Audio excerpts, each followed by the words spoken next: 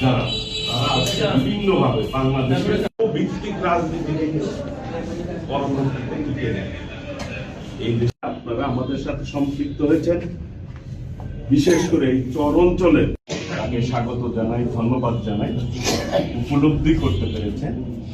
আগামী দিনে সকল অপশক্তির বিরুদ্ধে আমরা ঐক্যবদ্ধভাবে লড়াই জানি। 12ই ফেব্রুয়ারি একটি নির্বাচন, সেই নির্বাচনের মধ্যে দিয়ে ইনশাল্লাহ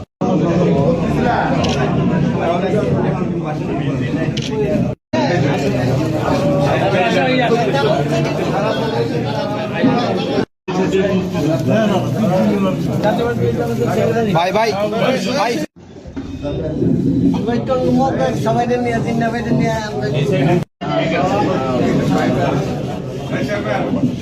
ঠিক আছে।